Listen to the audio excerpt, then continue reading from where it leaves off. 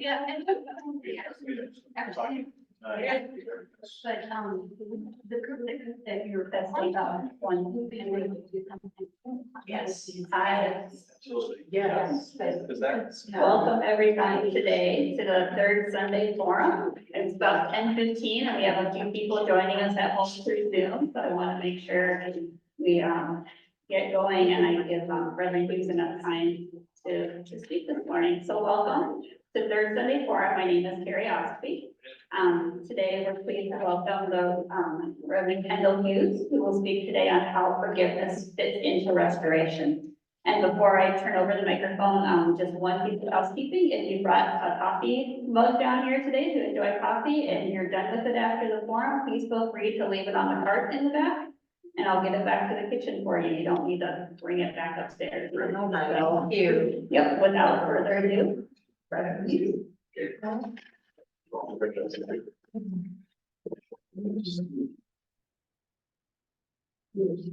Is there the loop system down there? We don't, unfortunately, I'm sorry. We'll try and speak into the, we've got the microphone. We'll try and do that as odd as we can.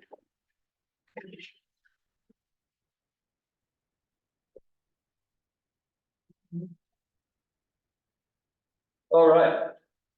Boy, that doesn't come out. It's very easy to read it. Well, today we've got several things that we're going to do in our agenda. We're going to explore, first of all, it's going to be an interactive time together. We're going to explore harms that we've suffered individually. And then we're going to talk about practical things we can do to move forward in our lives after we have experienced a harm. And we're also going to look at not only our personal lives, but how do we help our society do better at moving forward in a positive way after there's been a harm done to make it safer. And throughout it, we're going to talk about forgiveness, how forgiveness may or may not be what we previously thought it to be. So, if you would grab those two papers at the table there, that'd be great. All right, so go ahead and get started. What we're going to do, I'm going to ask you to look around and find the person in the room that you know the least. The person you know the least, and get with them and turn your chairs so that your knees are about 6 to 8 inches from each other. So you're face to face, knee to knee. So find someone you know the least.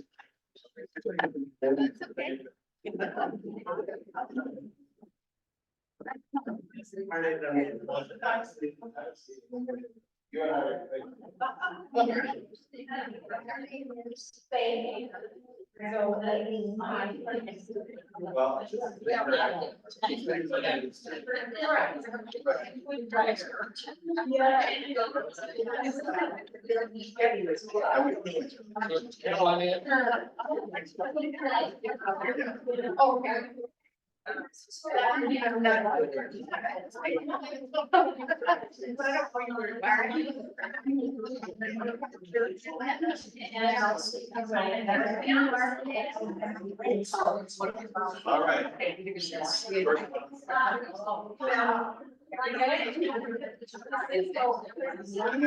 Kendall, tell us again what we're Well, I'm sorry. I'm gonna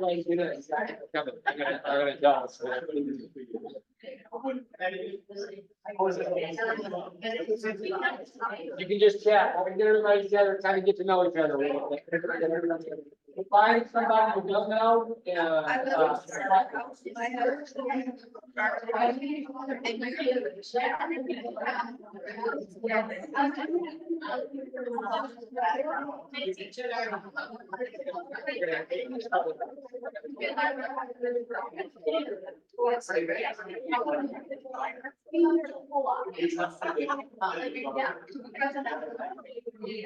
Deciding to find someone you don't know, Here,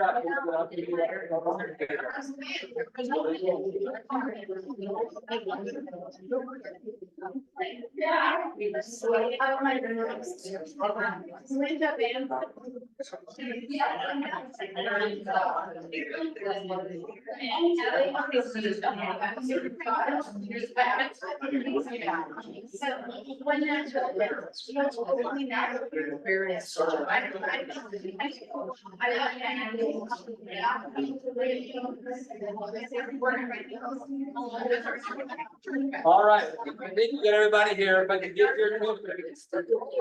Okay, here. If I can get your attention, here's our assignment.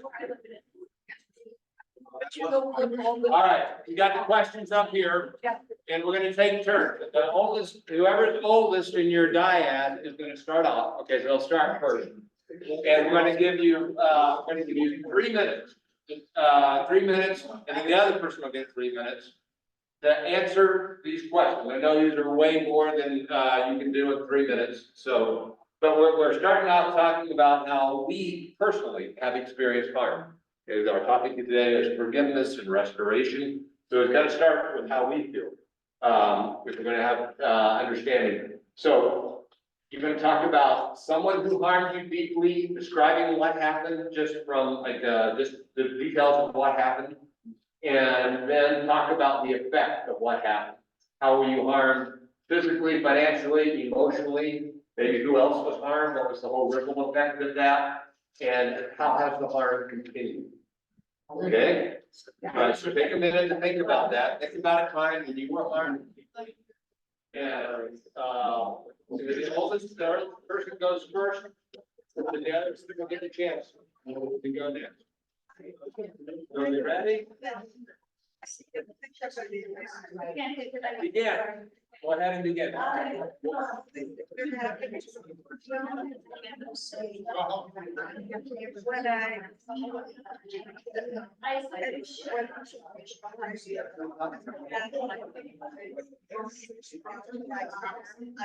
go back in a situation where someone actually say, yeah. So what are we doing? I'll tell you.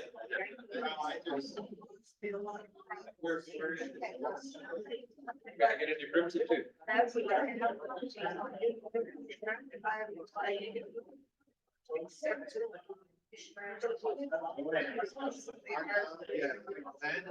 Maybe. Tell about how someone hard to get deeply, describe tell the ripple effect of hard So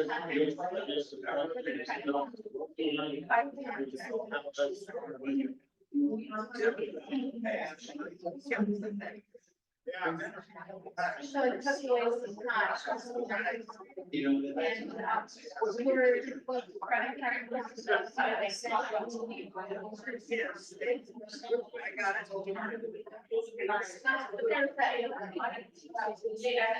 And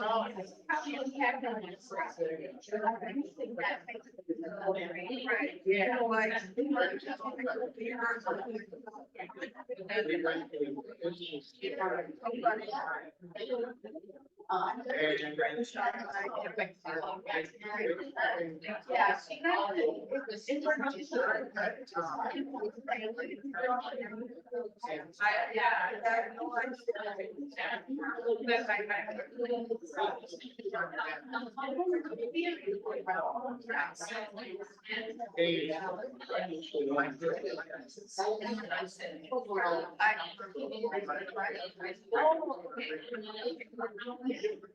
One more minute before you switch.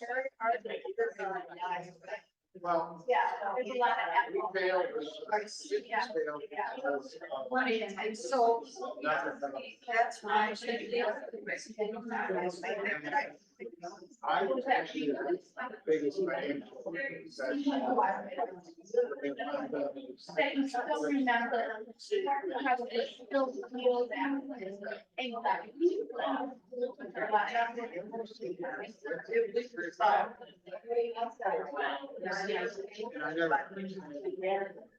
I don't feel like it's that way. 10 more seconds.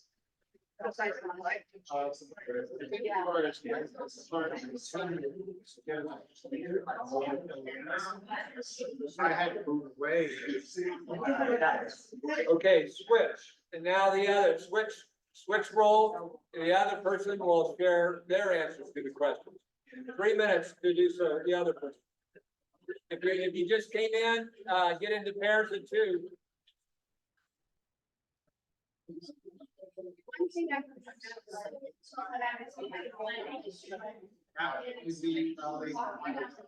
Eventually. I don't do that listening online.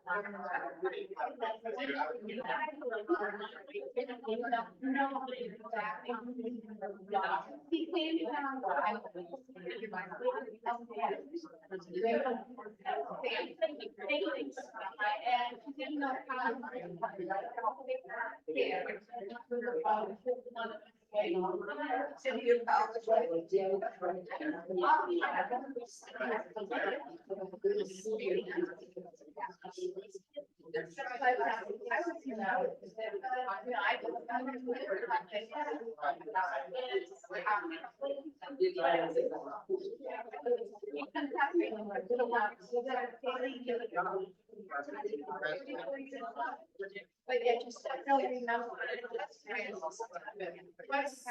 Yeah, no.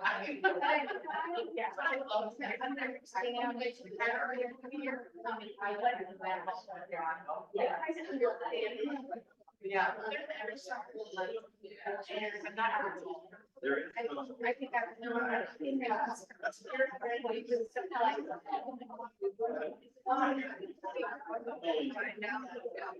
20 more seconds.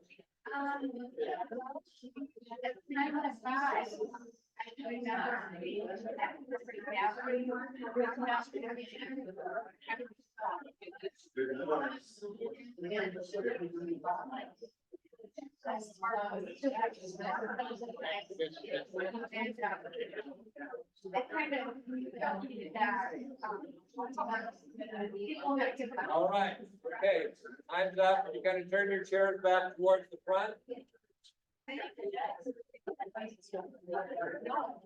Thank you for, it sounded like some very in-depth sharing.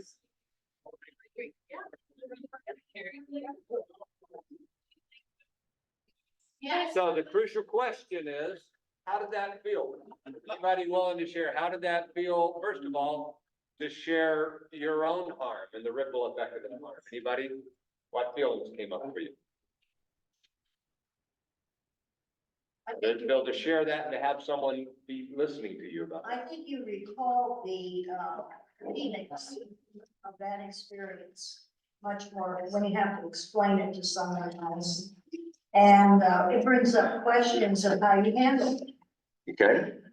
Okay, what were the feelings? You said you recalled the feelings. What were some of those feelings that it brought up? Well, the disappointment of Disappointment. the person doing that in that situation I was in. Okay, And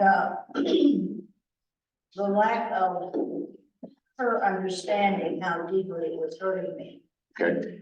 And you said also it brought up some questions for you of how it was handled, you know, how they handled it, how you handled it. Okay, all right.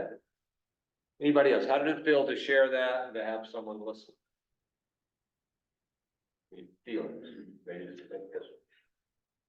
Well, what I shared a lot with people, but for me, it's always emotional Right. and it's also very therapeutic. Yep.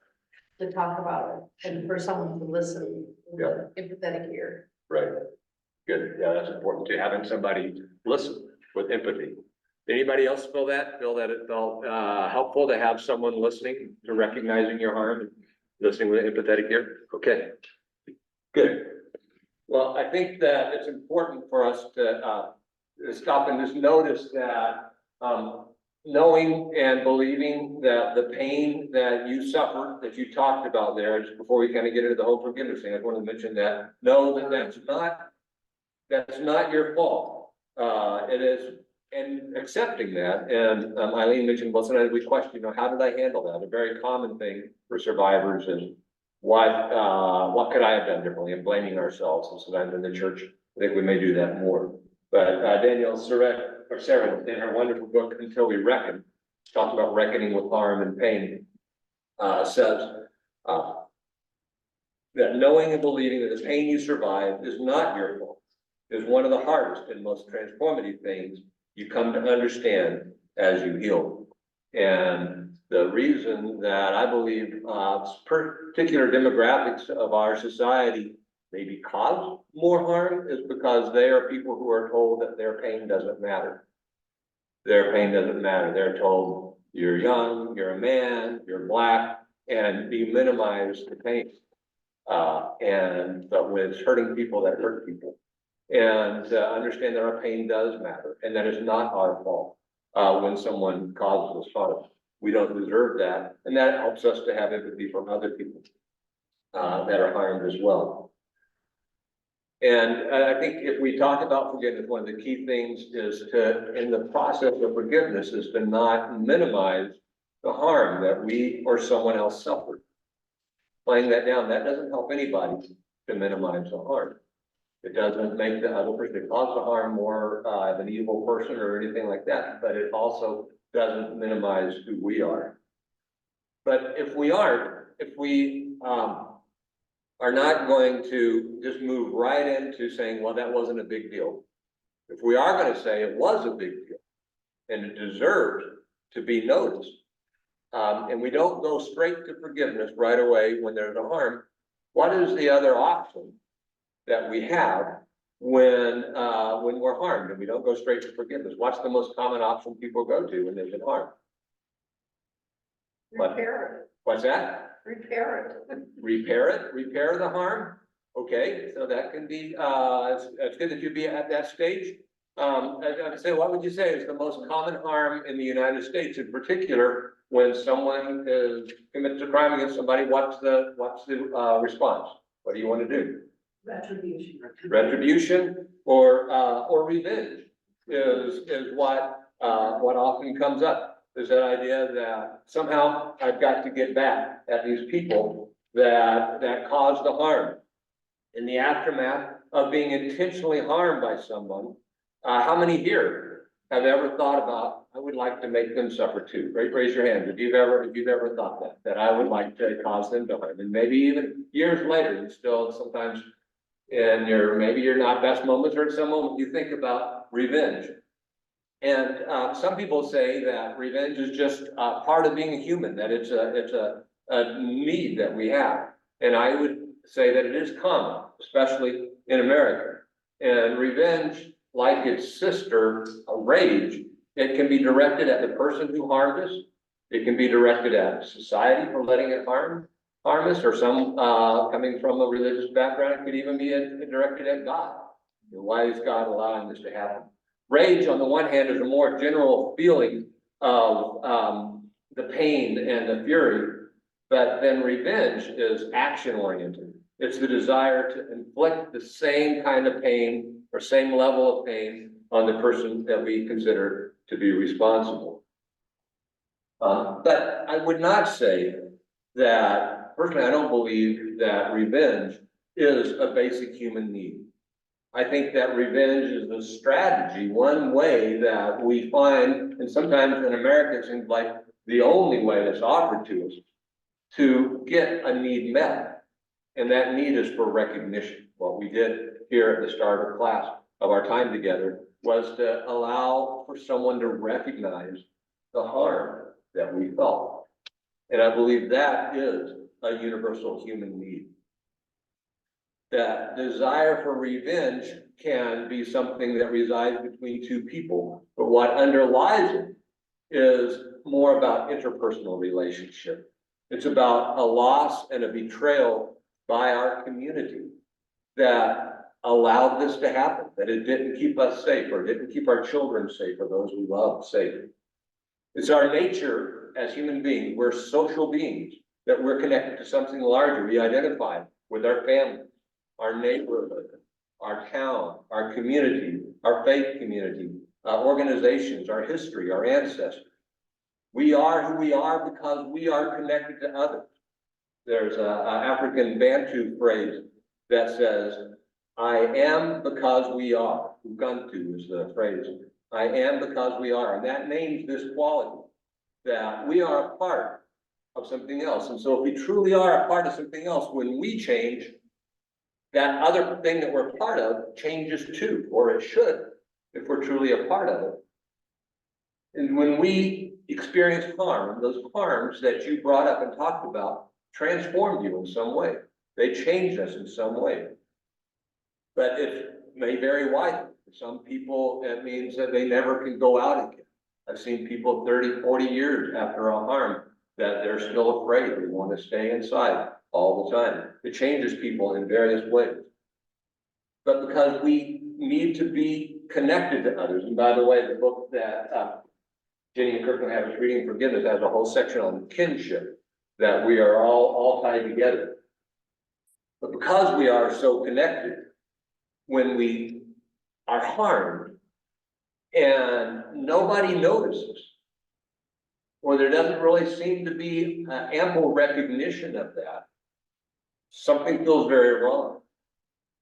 We feel frustrated. It hinders our healing.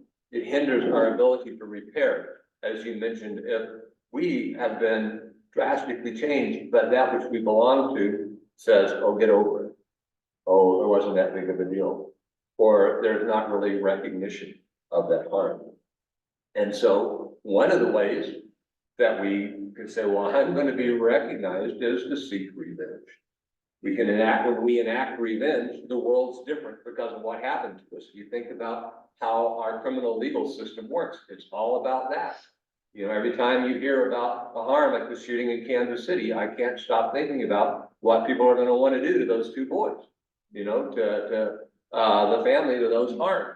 That, well, you know, to show that our people were of worth, you know, then we've got to have revenge and punish these people who caused this. That's one way of being recognized. But though it is a strategy, it is not actually the thing that we need. What we need is to be recognized for that harm.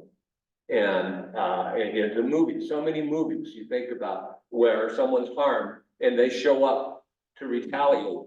And they're saying, you see me now, you didn't see me then, you didn't know that I was the parent of that child or whatever, but you're going to see me now. That's the thing that our society is in love with. America in some ways kind of has a love affair with the idea of getting revenge. But if we can find a way that is not one that ends up creating a cycle of violence and more harm, and sadly, what people that I've worked with who've been victims of harm, and Connie can speak about this as well, that even though and even when the person who harmed them is punished and punished extremely, that doesn't necessarily always help us move forward in our lives. It's not always what we need. For some people, it may be. For some people, there's a percentage of people, I would say the numbers I would say are around 20% or so, they say that that is what we need. And that might be the case. But for many of us, that doesn't help us to move forward with what we are needing. Like Nelson Mandela said, when he came into power, after all that had happened to his people in the 28 years that he had wrongfully been incarcerated, he said, what South Africa needs is not retribution, it's not retaliation or revenge. What South Africa needs is healing. And he instituted the Truth and Reconciliation Center, where the whites that had caused the harm, they talked in the circle about the harm they had caused. The blacks that had been harmed talked about that, and they brought about reconciliation and healing. Just in a community nearby here, about 2 years ago, there were 3 boys, football players, who had been watching TikTok late at night and saw a crazy idea about vandalizing homes. And there was a new family that moved in the neighborhood. Nobody quite knew who they were. And they're like, hey, let's go and do this. So late at night, they come to this house. The vandalism they enacted caused all kinds of noise and racket. And what they didn't know was that the person living in the house was a mother who was escaping from an abusive relationship with her 3 children. And when that happened and the boys taped over her Ring doorbell, when they saw that and it happened, she was terrified. She took her children and they were terrified. All triggered everything coming back. And the police were finally able to capture the boys. And when the boys entered into a restorative process, and they sat down with that mother and one of her oldest daughters, and they heard what they had done to her and the pain they had caused to her, they went ashen in their face. They did not realize how much they had done. They had not thought about it. And for her to be able to tell that story, she switched from somebody who just wanted them to be punished to somebody that felt like she got what she needed in that moment. And their apologies were helpful, but it wasn't just the apologies, but they also did sorry. They said sorry, then they said, how can we show you that we're sorry? She said, well, I work at a nursing home. Would you be willing to come and volunteer there? Yes. She said, I've just moved here, I'm a single mom. Would someone come and shovel my snow? They said, yes.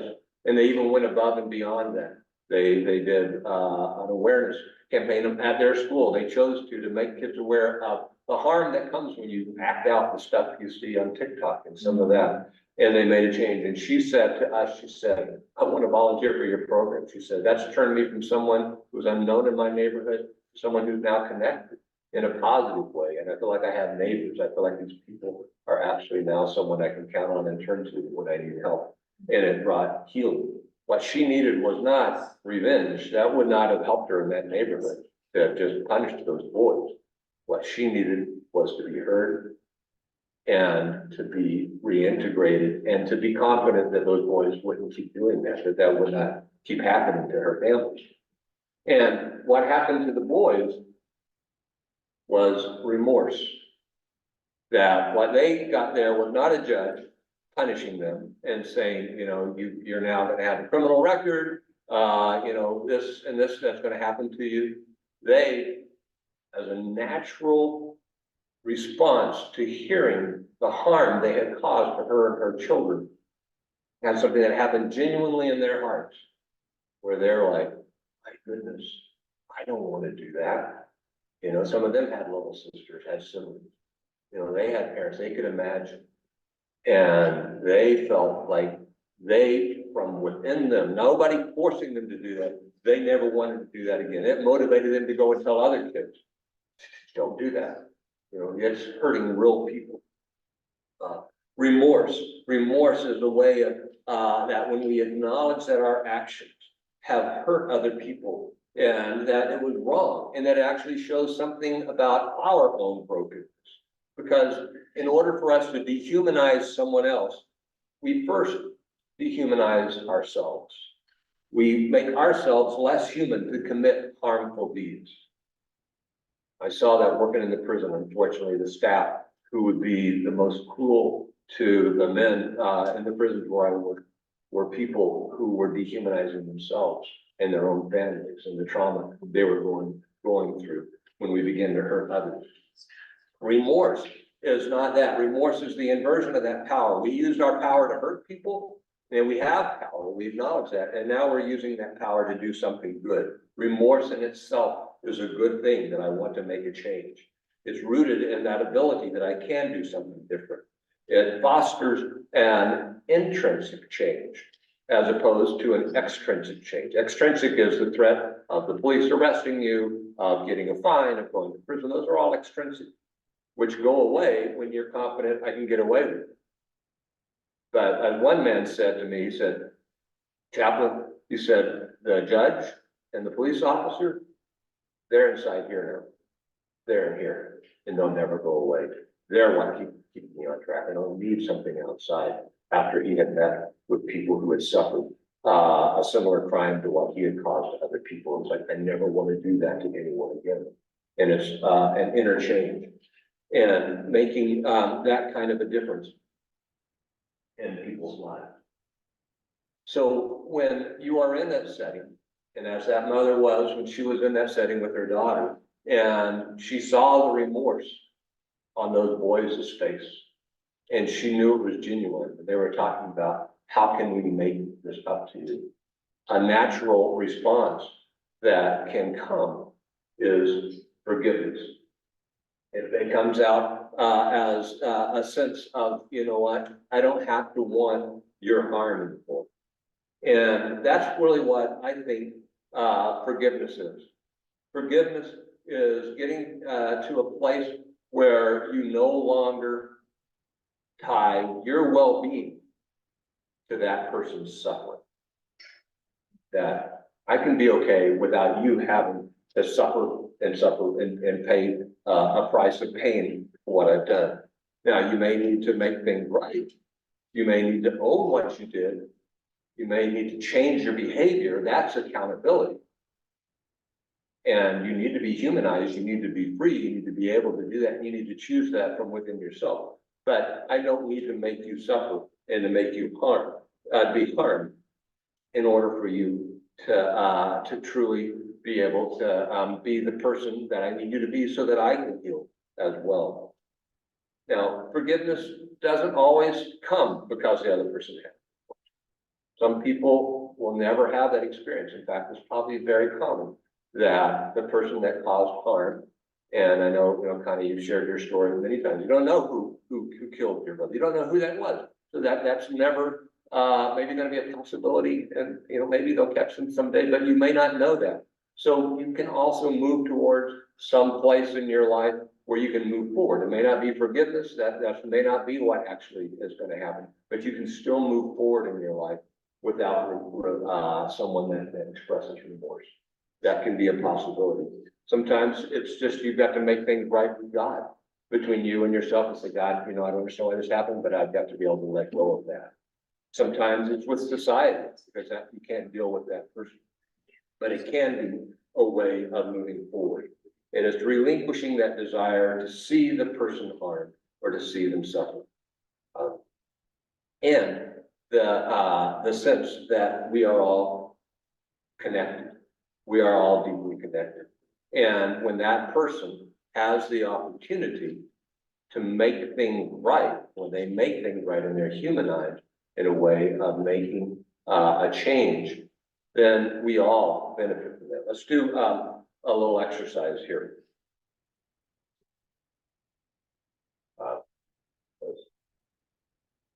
All right, so this is going to be just you yourselves, we don't have to do pairs here. But I want us to think about what it's like to, first of all, consider a time that we caused harm. We talked about a time when we were harmed. I want you to first stop and consider a time that you harmed somebody and you made it right. Okay? Just picture, think of a example of that. And when you harm someone, you apologize to someone, you made it right.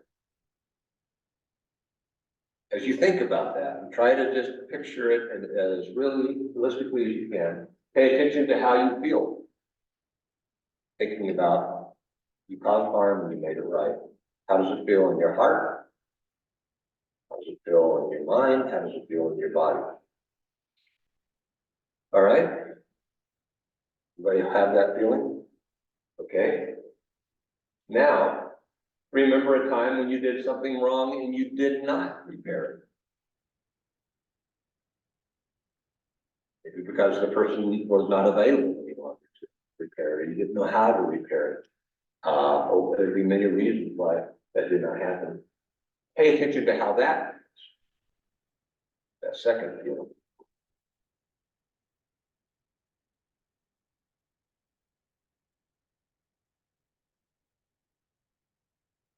Now, how many of you would say those two feelings are identical? And I've never had anybody say that those two feelings are identical.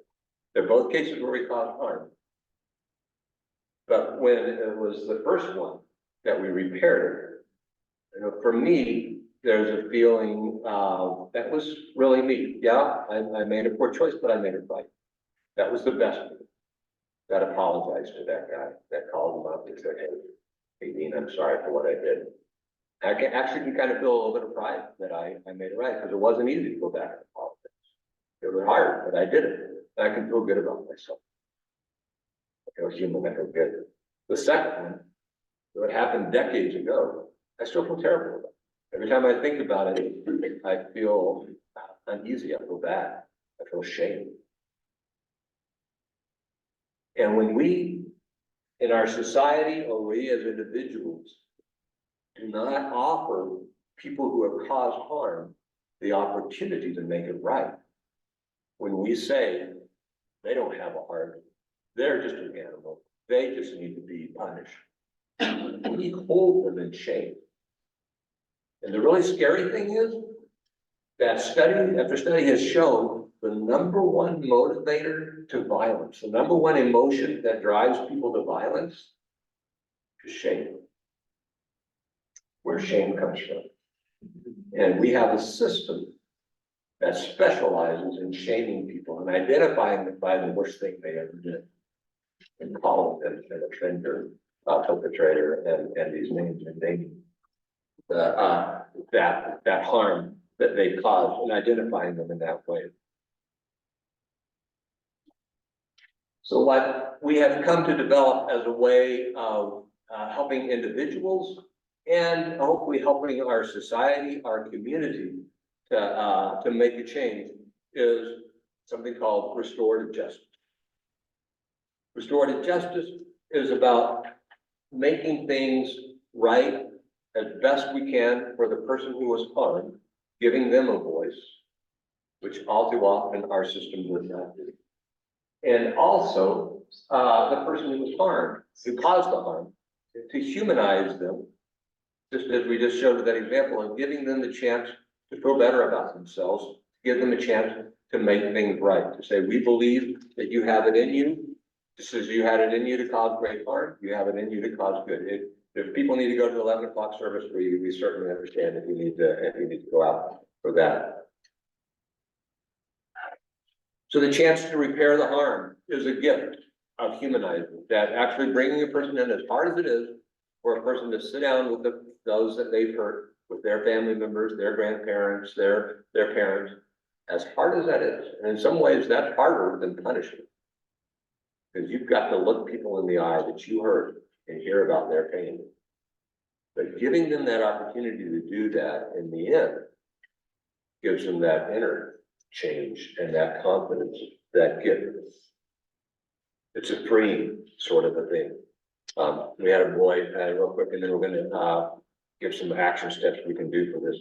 A boy, 13-year-old boy, who had stolen a car. He was on supervision, on probation for stealing a car.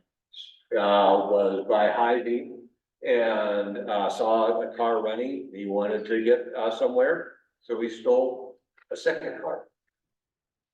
Got away with it for a day or two. There was an announcement out to look for this car. A police officer sees the car with that license plate. A couple of days later, two young people in the car, tries to pull them over. They keep going, turns on the sirens, has to do a hard stop. They get out with guns drawn because they don't know what's going on. This is a stolen car. They had a toy gun in the car. A very scary stop for the officers. It turned out to be 13-year-old boys. Obviously, the whole punishment system was not working for him. So the parole officer said, you know what, let's try restorative justice. And it turned out that the lady whose car was stolen was a woman with a very sympathetic heart who had been through a lot of tough things herself. She said, yeah, I want this boy. She found out how old he was. She says, I don't want him punished and getting a criminal record for the rest of his life. I want him to learn. And she sat down with him after he was prepared, and we were confident that he would listen to her respectfully. And she shared how frightening that was to her, how frustrating, and how she had a very low income individual herself and didn't have a way to get home, didn't have a way to get to work, and the struggles that she went through. And she also told him, said, I believe in you. I believe that you have a good heart. I believe that, you were just trying to find a way to get to where you needed to go. And I know that your life is probably tough, like my life has been tough. And sometimes when we're struggling, we make some choices that hurt other people, but I believe you can do better. And she said, would you be willing to do something for me to show me that you're willing to change? Would you be willing to go and volunteer at the landing? She was a volunteer there. And he looked at his mom, and his mom said, yeah, I'll come with him. And they all went together and worked together at the landing. And as she saw him helping the people there, and as he was dignified by that, and he made it right, she was at peace.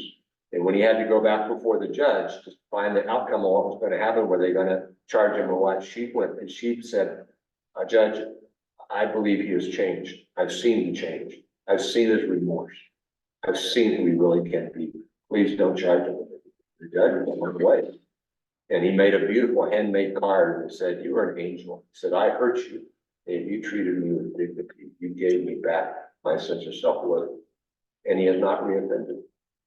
He has not been reoffended. He had an internal change inside of him. It was good for the two of them. They both got what they needed. So I want to conclude by inviting you to help us to have more restorative justice. And I've given you all a paper that gives you several things that we could do. One, some of you and many of you were here last year, about this time last year, when I shared about the fact that the state of Minnesota was considering a law to make restorative justice available in every county. And many of you responded, you wrote letters, and it worked. This county, our representatives voted for it, and a law was passed that encourages, it doesn't mandate, but it encourages every county in Minnesota to have restorative justice. It provides this year alone $8 million to help get it up and going. And the police are excited about it. Community corrections is excited about it. Other counties are excited about it, but our county attorney is not yet. And it really can't do what it used to do in Olmsted County until Mark Ostrom gets on board with it. So I had a meeting with the head of community corrections and police captain Stillwell, and we are going to begin talking to him in the next couple of weeks more directly about this. Ramsey County Attorney, Mr. Choi, has offered to come and talk to him because they use it very much in Ramsey County. But we need to kind of soften them up first. And I had a county attorney tell me one time, he said, Kendall, we hardly ever actually get letters as county attorneys.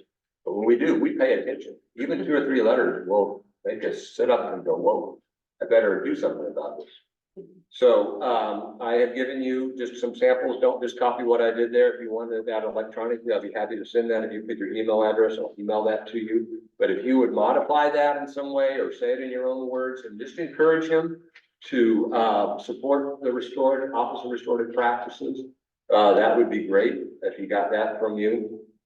We have a training coming up right here. It'll be right here in this very room, May 9th, 10th, and 11th. It's a total of 16 hours. It'll be evenings on Thursday and Friday and all day on Saturday. We need more facilitators. Our facilitators, we have George and Tony here, and they know that they're being asked very often, and we're getting a lot more opportunities. We have schools that are wanting us to come in. Alternative Learning Center wants somebody in there every week. We don't have enough people to do it. We're having to say no to some opportunities because we don't have enough facilitators. So I know Terry, I think Terry's on too. Terry, she's on there too. Terry, thank you. She also is very busy helping us. They can talk to you about what it means to be a facilitator. We need facilitators. On our website, you can sign up to volunteer in other ways if you don't feel like you can facilitate. But you have experience leading a board or being on a board. You have experience with office help. We're all volunteers. If you'd be willing to help a youth kind of get through their process, sometimes kids just need, someone to help them show up. And we need mentors. Or, you can find on our website a chance to donate. We are, depend on that. So. All right, any questions? I Yeah, have one from online. How does a person forgive if remorse is not expressed? okay, the question is, how does a person forgive if remorse is not offered? And that is, kind of, like I mentioned, there can be a variety of settings, and that is very common, that remorse is not offered. And then it can become, a couple of ways that that can happen. One, it can just be something individually that we know that we can move ourselves away from that person, that they can't hurt us anymore. We can use that experience to share it with others in a way that maybe can prevent that harm and make something good come out of it. You know, I personally had the experience of 22 years ago of a man at a high security prison that stabbed me 12 times, and the prison never ever let me talk with him or do restorative justice with him or ever see him again. And I had no idea if he had remorse or not. But by me sharing that story and seeing other people who caused similar types of harm, learn, and I've had other people say, Chaplain, I'm not the one who stabbed you, but I have stabbed other people, and I'm sorry. So maybe using that harm that you've experienced in a way to help prevent it, that can help you to let go of it. You know, having somebody listen to the harm and recognize that can be helpful to help you let go of it. But ultimately, you know, I think it, like I said, I think it comes to be the place where you just no longer wish to harm that person, to be able to let go of that desire that I would harm them. And maybe being able to wish that, that they could move forward with their lives in a positive way. So, and it doesn't have to be, you know, that's one thing I meant to say, that we never, when we did restorative, we do restorative practices, we brought people into the prison, one thing I would tell the guys, never ask the person if they forgive. Never say, will you forgive? Because that's, no, you'd agree with your brother, that Connie, for people that are, and she comes into the prison and speaks about what happened, has people come in, and we never ask them, have you forgiven? Because that's a very personal thing. And, don't feel like because you haven't forgiven that you're less, you know, just be where you are, be authentic. You're owning your harm. You need to make, someone needs to help you make that very real, the harm you've experienced, and recognize that. So don't rush it. Don't feel pressure to rush it. Any other questions? Yes. I thought restorative justice was being done in the county. Is it being done elsewhere or other ways in the county? It is done by everybody, the major players that do it, except the county attorney. Oh, okay. So the police have reported most of our cases to it before they ever get to the county attorney. Community corrections, in a way, he tacitly allows it to happen because, the people that are on probation, on supervision, have gone through him. But, when his people have tried to do it, he was told no, you know, just to up front. And across Minnesota, it's county attorneys that are often the leader in a courtroom. Right. The most powerful person is the prosecuting attorney. And, so far, he has not said, yeah, we will be the ones to refer cases to you. And as we get this up and going, to get the funding going, and all, we need him on board. So he's a key player. But yeah, we've done 97 cases around that, yeah. So that was, you said you've done 97 cases Yes. of restorative? Yeah, 2 years, yeah. Wow. Yeah. Yeah. Yeah, just a couple of thoughts, you know, I think, on our own internal, reflections about this is that we really need to ask ourselves if we believe in transformation. There are a lot of people who don't. Yeah. You can never change that person, you will never make a difference, et cetera, et cetera. And the only way we're going to, as a society, I feel, make a huge change in the way we respond to these situations, is if we believe transformation is possible. You know. And our the society. The stories you've told definitely, give us that hope. But I think it's, each of us needs to really decide in our hearts if we believe that. Right, that's true. That is so helpful. So helpful when the person harmed has that attitude. It makes it a lot easier to do restorative justice. At the same time, that other half of the people harmed that we've had that didn't, that would be like that. They would say, and I've heard them say things like, literally, or that person doesn't have a heart about the person who harmed them, or they're just a monster. There's no way they'll understand, and over the time of working with them, the process, they finally did sit down, maybe with a lot of trepidation, but we were confident that it would be positive. We would never bring them in if we weren't. When they looked that person in the eye and they heard that person's story and what was going on, they realized this person's a human just like us. Sometimes they have a lot in common. They're trying to make it just like I am. And then they have come around. And they have been when the people most affected get together and talk about it, they usually come up with a transformative solution. Like that mother saying, why don't you come and volunteer at the nursing home? Can you help me with this? They came up with something a judge couldn't come up with, but that helped them to be transformed. The problem is our system furthers that idea. It says, you two can't talk to each other, because if you do, something bad's going to happen. And presumably the person who caused harm is going to hurt you again. So even, people that want to apologize, the system says, no, you can't apologize, and you can't talk to each other. And they don't allow it. We need to change our system to allow those people to, when it's safe, to meet with each other and come up with a transformative solution. Also, we do believe punishment transforms people. And there's no statistics that show that. Yeah, it doesn't. I can promise you, that punishment just by itself only drives people further into shame.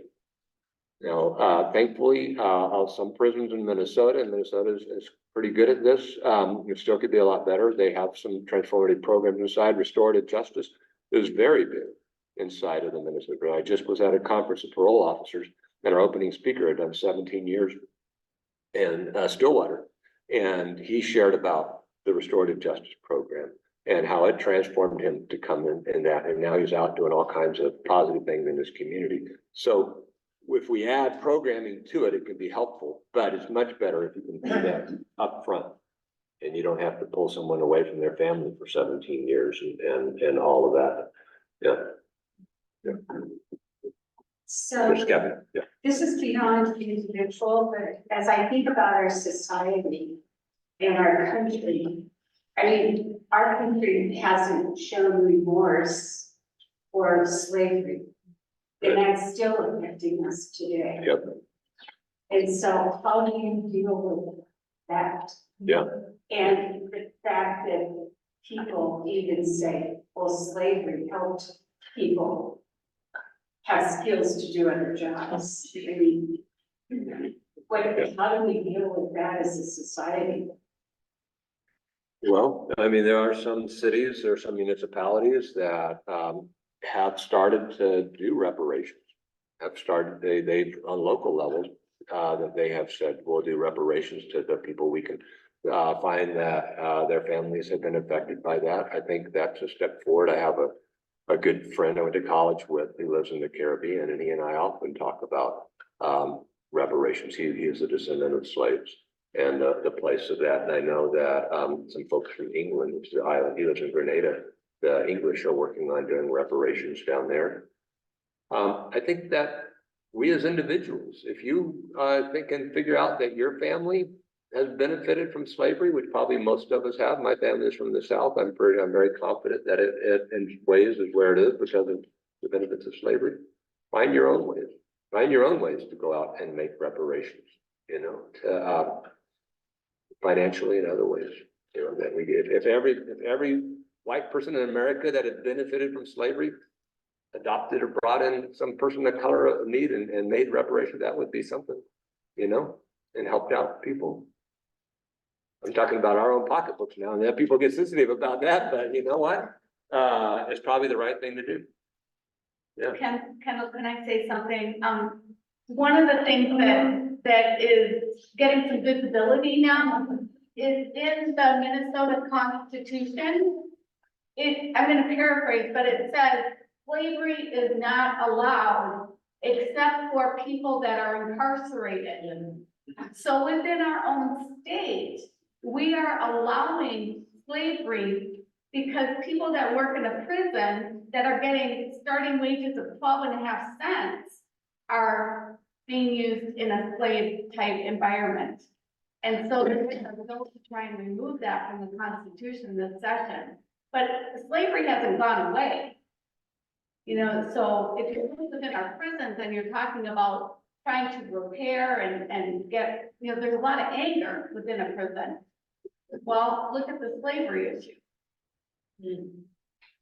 Yeah, we need to, I had guys for years that worked for me in the prison for 11 cents an hour. And I feel guilty about that. You know, I paid them all I could, and I always tried to get them bonuses, but that was all I was ever allowed to pay them, and they worked hard. They worked like slaves, you know, hard, you know, in the chapel doing all the things we needed done. And, it's true that there should be something done about that. Yeah. Hi, Sarah Green. I've grown up in Rochester and I just want to share, so I've heard of so many things in this town alone that have been horrific and, you know, over the years that have happened just in our own little community. And I just want to share an instance of when I saw forgiveness and the impact it had on me as a teenager. One of the families in town, a doctor in town, had a daughter, and the boyfriend came over to the house and we're not sure, you know, what, oh, sorry. Because there are people living this. Again, yeah, I grew up in this town, so I've seen many things over the years that have been horrific. Instances where people may not want to forgive and, you know, calling people monsters or whatever, but, there was a case, in the 80s where a teenager was murdered in her own home, right at the door front. And the father and mother were professional. I believe that the father was a doctor. And I was a teenager at the time. And my aunt went to the church of this family. And so my point is to share with your youth, instances of how people have forgiven and what an amazing freeing power that is. This family did not blame the boyfriend that came into their home and murdered their daughter. You know, it, to me at that time was just an aha moment. And I couldn't imagine forgiving someone who had murdered your precious, you know, child. And it just is very life-changing. So you think as a youth that they can forgive, you know, something so personal and whatnot. And it was just such a community awareness because, you know, the people of that church were just spreading the word that, you know, these people do not want to see him be rejected or whatnot. They wanted him to be restored. And so, yeah, I just wanted to share, you know, to share our stories with the youth so that we're bringing up a generation that is just very open-minded and full of heart. Thank you for sharing that. I can't quite end on that note, without letting Connie say something too. Connie, you know, works with family members all the time. Maybe you guys may not know, Connie's the head of, the director here for parents of murdered children. And there are cases like that. Not everybody's there, you know, and they're still, well, you know, what do you? Like you say. Yeah, yeah. I'm not sure what, Well, What it's, is I that? mean, I know you work with people all the Yeah. time who've had family members murdered. yeah, I'm involved in Parents for Children, which is an organization for survivors of murder victims, which I am one as well. As Kendall mentioned. For me, I kind of agree with what you just said. I mean, when it comes to, I mean, I'm all for restorative justice, but I honestly, personally, do have a hard time when it's murder. Because, well, for me, I don't know who murdered my brother. And so I don't even know who I should be contemplating forgiving. So that's a hard one for me personally. But everybody that I meet, through this work in this organization is all at different places. You know, for some people, they can do that. Others say, I'm never going to forgive the person who murdered my loved one. So it really varies, from person to person. So there's a wide range. But I agree too with what something Kendall said earlier about it's personal for each person. You know, they have to work through that and what works best for them and when they're ready. You can't rush that type of thing. Because murder is a very big hurt. So, that's where I stand on that. Sure, yeah, thank you. Yeah, I see people that maybe are not at forgiveness, but they can still at least, I think if they don't want just to, you know, to really, really hurt that other person, that can be a step forward. If you can look at the system and say, what's the way we can do this so that that person changes? They don't keep on hurting people. So my pain is recognized, but it's not just about vengeance, you know, and with that, you can work with that and find healing. Well, thank you for your time. We'll way over. Thank you, Terry, for all you guys to make this happen. Thank you.